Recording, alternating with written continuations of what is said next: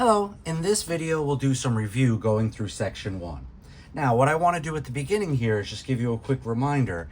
In this type of situation, we may not do it for every single section, but when we do these reviews, this is an excellent opportunity for you to test yourself a little bit.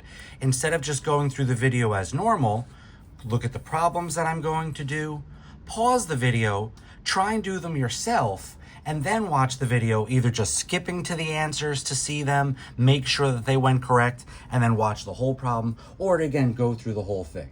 So that's something. We always mention that during our regular videos, you could always do some similar things, but especially in these review videos, that's a really good idea to try and challenge yourself that little bit. The second thing I want to say, just before we jump in, and I'm going to kind of do this for all four, but anytime you do these problems, so many people are so locked in that they just jump right into work. But to notice that there's little differences in these problems, so to take that moment in the beginning, what's going on with each one? So I look at the first one, and before I start solving, I just notice this is kind of that base case situation, nothing too fancy on either side. I'm going to just start to work with my isolate the variable to one side, constants to the other. When I get to the second one, I notice there's just more to it. There's more stuff on this side compared to this side up here. There's the extra set of parentheses here. This one requires cleanup. After we do cleanup, we'll be at this kind of position, and then we'll be isolating the variable. Number 3 has an absolute value. An absolute value equation will become two equations, but I have to isolate that absolute value first. So again, before we jump in and start doing steps, sometimes just to take that moment, think about what needs to be done to make sure we don't start doing unnecessary things, get ahead of ourselves, that we have a plan of action. So here I'll isolate the absolute value, then I'll make my two equations. Number 4, this one is just ready to go. It's already isolated, make my two equations. Now, before I start actually solving, the last thing I want to say, make sure you watch the end of this video. Even if you just jump to the answers, number 4, I'm going to be very clear. There's something a little extra here that we want to all discuss and see. So we'll get there when we get there. So starting with number 1. We're up here, solving for x, solve the equation, 10x minus 4 equals 13x plus 14. We're isolating the x. And this is where we keep saying some people, are you a variable to the left person? Some people try and keep the variable positive. There are two little differences as to how you get started here. Just to keep it simple, I'm just going to go variable to the left. I'll do a minus 13x on both sides. That right side cancels, the 14 stays.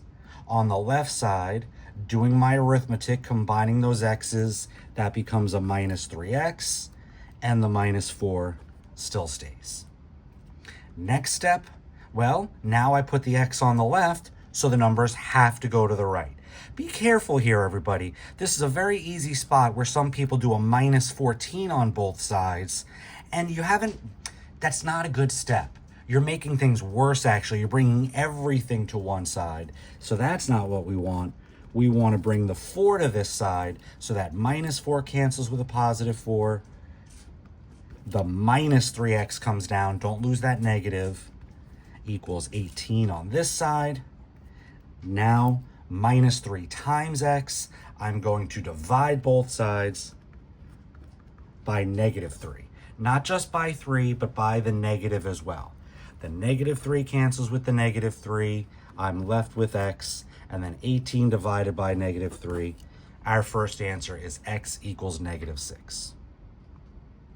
Now we come to number 2. As we look at number 2, again, back what we said in the beginning, there's just a little bit more here. Before I start moving x's to one side and numbers to the other, I just have a bit of a mess. So I want to recognize, on my left side, I've got x terms that can combine with other x terms. I've got a constant term that could combine with another constant term. So just doing that work, 5x plus x, some people really like to fill in that 1, that is a 1x, to make it very clear that they are finishing with 6x. And then the constants, 27 minus 4, nothing too fancy there. That equals 23. On my right side, well, again, there's just a little bit more. Where do I start here? The first thing is that these parentheses are really in the way. So let's get rid of them. Let's use the distributive property. Minus 2 times 5x gives me minus 10x. Minus 2 times 3 gives me a minus 6. And then that 6x minus 1 is still there. So as I keep going, my left side, well, that's as good as that's going to get. But my right side, yeah, I got rid of the parentheses, but now I still have some like terms over here. So kind of similar to what we were doing up here on the left side, now we're doing that on the right. Again, that side is already fine, just to make sure we don't lose it. And now on this side, x's to combine with x's, constants to combine with constants. And this is just a great place to see, folks. There's just a lot of plus minus arithmetic. That some people, you know, the 5x plus 1x, that's easy. The 27 minus 4 is easy. But over here, how easy it is to just make little mistakes. Minus 10 plus 6, you get positive 4. You accidentally ignore the negative and you get 16. So just to be careful with that, again, using calculators is fine. That becomes a minus 4x when I combine them. And then the minus 6 minus 1 gives me a minus 7. Now we're basically in that same spot where we were over here. Now I could think about isolating the x. And go back. There was never any what I do on the left side I do to the right. It's just working on the left. It's just working on the right. Now I'm manipulating both sides. So now, again, a lot of people tend to be x to the left side people, so I'll stick with that. I want to move this minus 4x over here. I'll do that with a plus 4x. Left side, that cancels. Minus 7 comes down. Sorry, right side. Left side, 6x plus 4x gives me 10x. The plus 23 is still there. Now, again, just like up here, now my hand is forced. I put the x on the left side, the number's got to go to the right side.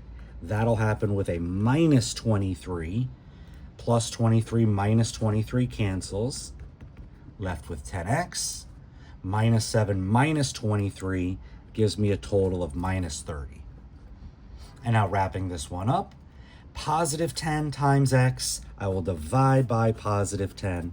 And just notice at the end here, dividing by a negative. Here the negative was already in the beginning. But the point is one negative leads to a negative answer. Doesn't matter if it's in the top or the bottom. If it was two negatives, negative 18 over negative 3, that would have been a positive 6. If this was negative 30 over negative 10, that would be a positive 3. But here, we're just getting the negative 3. Next, we'll come over here, looking at number 3. So let me just recopy that to keep everything together. And again, everybody, this is where some people jump. They see absolute value, like, oh, two equations. This equals 17, this equals negative 17, but that's not the first step. That we'll do here in just a moment, but the first step in this one, you gotta isolate this entire expression, the entire absolute value. How do you do it? Just like we were doing over here. I didn't start here by dividing by 10. The first thing I moved was the plus 23 with the minus 23. Same thing here. That 5 is attached to the absolute value by multiplication. That 7 by addition. Let's move the addition subtraction first. I'll do a minus 7 on both sides. Cancels on the left side. 5, absolute value 4x minus 10 comes down. Right side, 17 minus 7 gives me 10. Now that's basically, I'm here. I finished solving for x here by dividing by 10. Here I'll finish isolating that absolute value by getting rid of that 5. The 5 is attached by multiplication. I'll divide the left side by 5. Whatever I do to the left, I also do to the right. 5's cancel. Absolute value 4x minus 10 on the right side equals 2. Now we're at that ideal spot. Now we get the two equations. 4x minus 10 equals 2. just dropping absolute value. We said this in the first video when we dealt with absolute value. To say it again, I'm not taking absolute value here. It's not the absolute value of 4 is 4 and the absolute value of minus 10 is positive 10. I'm just literally dropping the absolute value and leaving the left side alone. And now for my second equation, drop the absolute value, hit that right side with a negative. Those are the two equations. Now, solving each of those one at a time here, even easier than what we had up here. This one, the x is already on the left, so leave it on the left. Let's move the minus 10 by adding 10 on both sides. That cancels, 4x comes down. That is 12. Divide both sides by 4, and x equals 3. But now I still have the second one as well, and that's a big thing to remember. Our absolute value, we are expecting two answers. Normal simple equation, one solution. Even though this one was fancier, more work, but in the end, it's still a normal simple linear equation, one solution. But now the absolute value, we're expecting two solutions because we're solving two simple equations. Solving this one, very similar. Still got to get to that x. So I'll start by doing the plus 10, so that cancels. 4x on the left. Minus 2 plus 10 gives me 8. Divide both sides by 4. 8 divided by 4 gives me 2. Two solutions. Last one. Number 4, we were looking at absolute value 2x minus 4 equals negative 6. And again, I'm going to come back and say something at the end here, but just jumping in, for a lot of people, it's like, oh, this makes sense. It's already isolated. I don't even have to worry about all these extra steps that we had up here. We could just jump right to the two equations. So I get 2x minus 4 equals minus 6, dropping the absolute value, leaving this alone. And then 2x minus 4 equals minus a minus 6. Well, that minus a minus makes that into a plus. Most still looking pretty simple.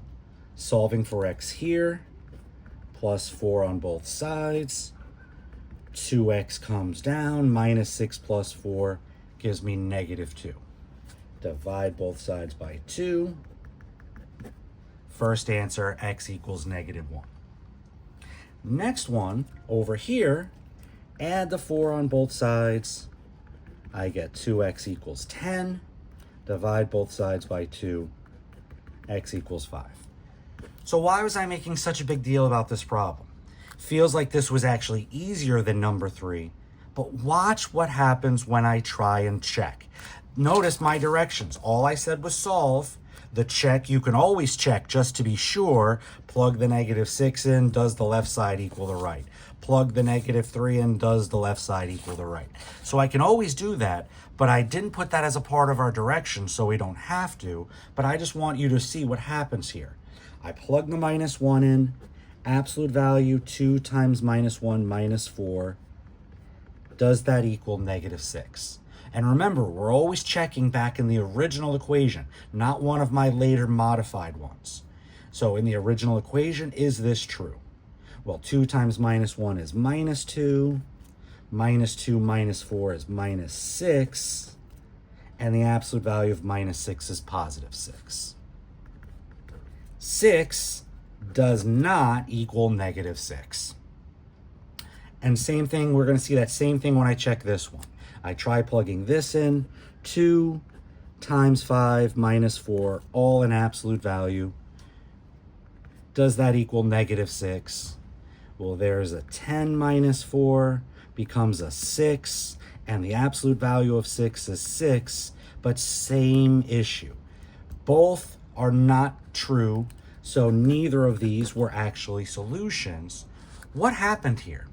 This is where I want to be clear. We have focused on all the normal base case situations with our absolute value, and we'll do that throughout, all the class, but sometimes we have to talk about there are some tricky spots. Now, I want to be clear. There's no gotcha questions coming in this class. I'm not going to show you all the normal situations, then on a test or quiz, hammer you with the odd situations, but we do want to discuss it. And this is where it's a good reminder. It's easy to kind of lose what's really happening and get caught in the abstract of just following steps. This is what I do. Step 1, isolating the X. This is what I do to do that. Step 2, finishing. Step 3. People get caught in that memorization and you forget the big picture. Absolute value is really a measure of distance. So the whole idea of distance, we talked about that. What is the distance from 0 that has a value of 6? Those two would be the answers. But we pointed out when we discussed absolute value, it made no difference if it was to the left or to the right. We said distance is always positive, and that's the flaw here. We're talking about what is the distance that equals -6. This problem didn't make any sense in the first place. So that's where, like I said, I'm not trying to trick you, but technically we would need that absolute value to be equal to something positive in order to get real solutions. If the absolute value equals negative, we don't even have to keep going. Right here, we would just be able to say that there is no solution. So like I said, not trying to trick you, just wanted to be clear that there are some special cases. There are some times we'll have to spend some more time talking about those. They come up more commonly, more frequently. But here, just wanted to be clear, that's our normal absolute value situation, and that's where we get two nice, clean answers.